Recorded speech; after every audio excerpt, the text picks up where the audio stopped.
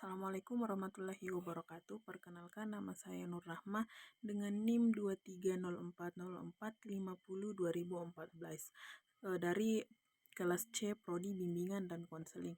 Baik, saya akan menjelaskan 4 teori, yaitu teori behavior, humanis, kognitif, dan konstruktivisme. Baik, saya akan melanjutkan teori dari belajar behavior.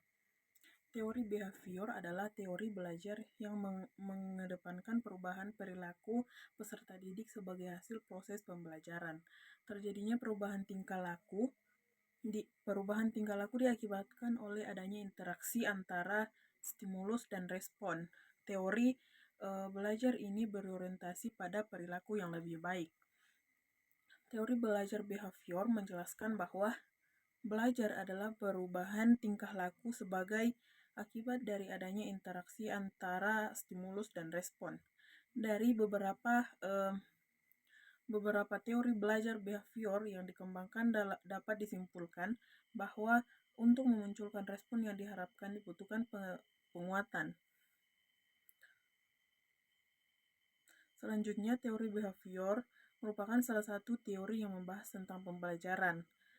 Untuk mengetahui isi teori behavior dan tokoh pencetusnya, serta contoh dalam kehidupan sehari-hari, mari selanjutnya yaitu teori behavior. Dalam keseharian secara langsung maupun tidak secara langsung, kita tentu mengalami proses pembelajaran dalam yang dialami di kehidupan sehari-hari ini, diterapkan teori behavior. Teori ini menyangkut pada tingkah laku seseorang sebagai bentuk hasil belajar yang diterimanya.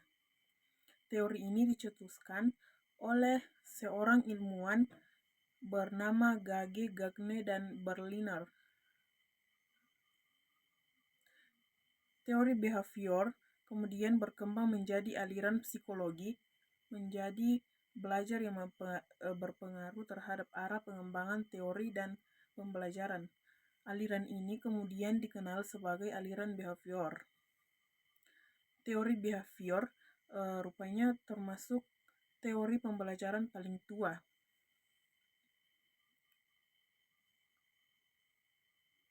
Hal ini selaras dengan yang dijelaskan dalam buku Strategi Belajar Mengajar disusun oleh Dr. Pupu Saiful Rahmat MPD. Meski banyak yang menganggap teori ini sebagai teori lama yang ketinggalan zaman, teori behavior masih banyak diterapkan dalam dunia pendidikan. Contoh teori behavior dalam kehidupan sehari-hari. Dalam teori behavior, belajar dianggap sebagai tingkah laku yang dapat diamati dan disebabkan oleh stimulus dari faktor luar. Penerapan teori behavior dianggap sukses jika terdapat perilaku yang ditunjukkan seseorang setelah mengalami kejadian di masa lampau.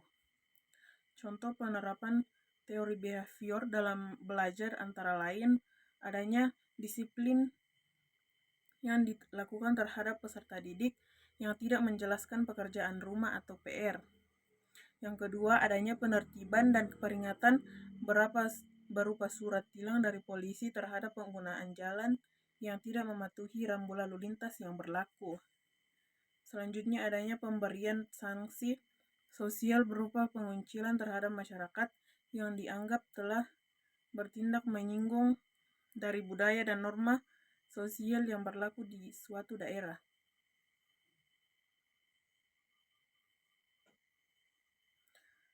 Teori behavior menurut para ahli. Yang satu, Ivan Petrovich Pavlov merupakan ahli psikologi dari Rusia yang mengemukakan bahwa individu dapat dikendalikan dengan cara stimulus alami yang tepat untuk menggunakan respon yang diinginkan. Yang kedua, Edward Thorndike. Dalam teori behavior, Thorndike menemukan hukum-hukum belajar seperti hukum kesiapan, hukum latihan, dan hukum akibat. Yang ketiga, John B. Watson. Menurut Watson, belajar adalah proses refleks yang terjadi atau respon bersyarat melalui stimulus pengganti. Semua tingkah laku lainnya terbentuk oleh hubungan stimulus-respon baru melalui condition. Yang terakhir, Charles Hall. Bagi Hall, tingkah laku seseorang berfungsi untuk menjaga kelangsungan hidup. Oleh karena itu, teori Charlotte behavior disebutkan sebagai kebutuhan biologis dan pemuasan kebutuhan biologis menempati posisi sentral. Selanjutnya, teori humanis.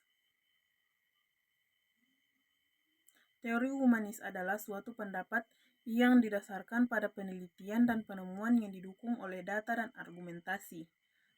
Secara garis besar, teori humanis adalah sebuah teori belajar yang mengutamakan proses belajar bukan pada hasil belajar. Teori ini mengembang konsep untuk memanusiakan manusia sehingga siswa mampu memahami diri dan lingkungannya. Teori humanis ini bermula pada ilmu psikologi yang amat mirip dengan teori kepribadian, sehingga dengan berkembangnya ilmu pengetahuan dan teknologi, maka teori ini diterapkan dalam dunia pendidikan, khususnya dalam pembelajaran formal maupun non-formal, dan cenderung mampu mengatasi kesulitan-kesulitan dalam dunia pendidikan. Belajar merupakan suatu proses yang ditempuh manusia untuk memperoleh pengetahuan, yakni dari tidak tahu menjadi tahu. Belajar terjadi dengan cara terkadang dengan disengaja, seperti ketika siswa memperoleh informasi yang disampaikan oleh guru di kelas. Belajar merupakan proses kemampuan manusia memodifikasi tingkah lakunya sebagai permanen. Demikian hingga modifikasi yang secara yang sama tidak akan terjadi lagi pada situasi baru. Selanjutnya, teori kognitif. Teori belajar kognitif adalah teori yang menggambarkan bahwa belajar terdiri dari beberapa proses antara lain analisis, mengolah informasi, prediksi, dan problem solving. Dan teori ini lebih mengutamakan proses belajar daripada hasil belajarnya.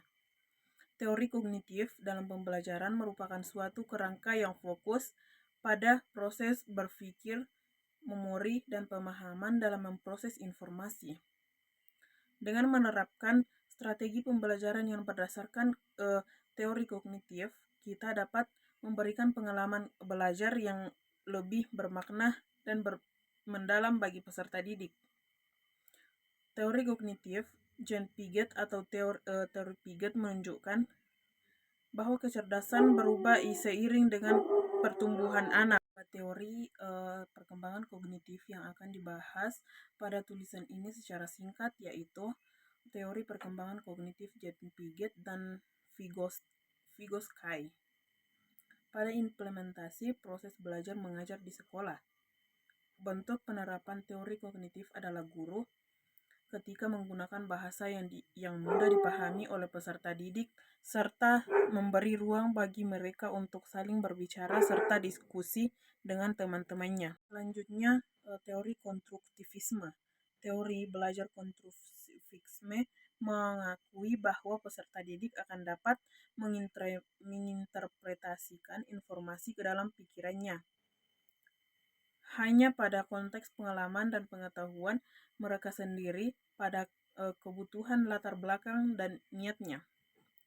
Pandangan konstruktivisme mengungkapkan bahwa lingkungan belajar sangat mendukung munculnya berbagai pandangan dan interpretasi terhadap realitas, konstruksi pengetahuan, serta aktivitas-aktivitas lain yang didasarkan pada pengalaman.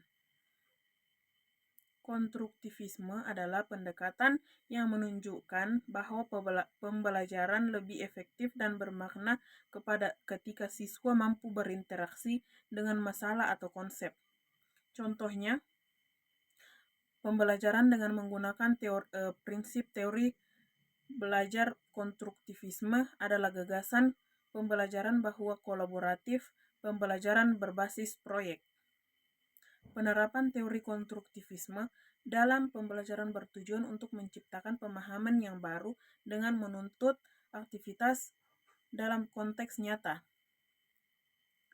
Hal ini tentu akan mendorong peserta didik untuk berpikir ulang dan mendemonstrasikannya. Konsep teori belajar konstruktivisme salah satu prinsip pada psikologi pendidikan adalah guru pendidik tidak begitu saja memberikan pengetahuan kepada siswa, tetapi siswa yang harus aktif membangun pengetahuan dalam pemikiran mereka. Tokoh yang berperan pada teori ini adalah Jean Piaget dan Lev Vygotsky. Baik, terima kasih. Itu saja yang saya bawakan. Assalamualaikum warahmatullahi wabarakatuh.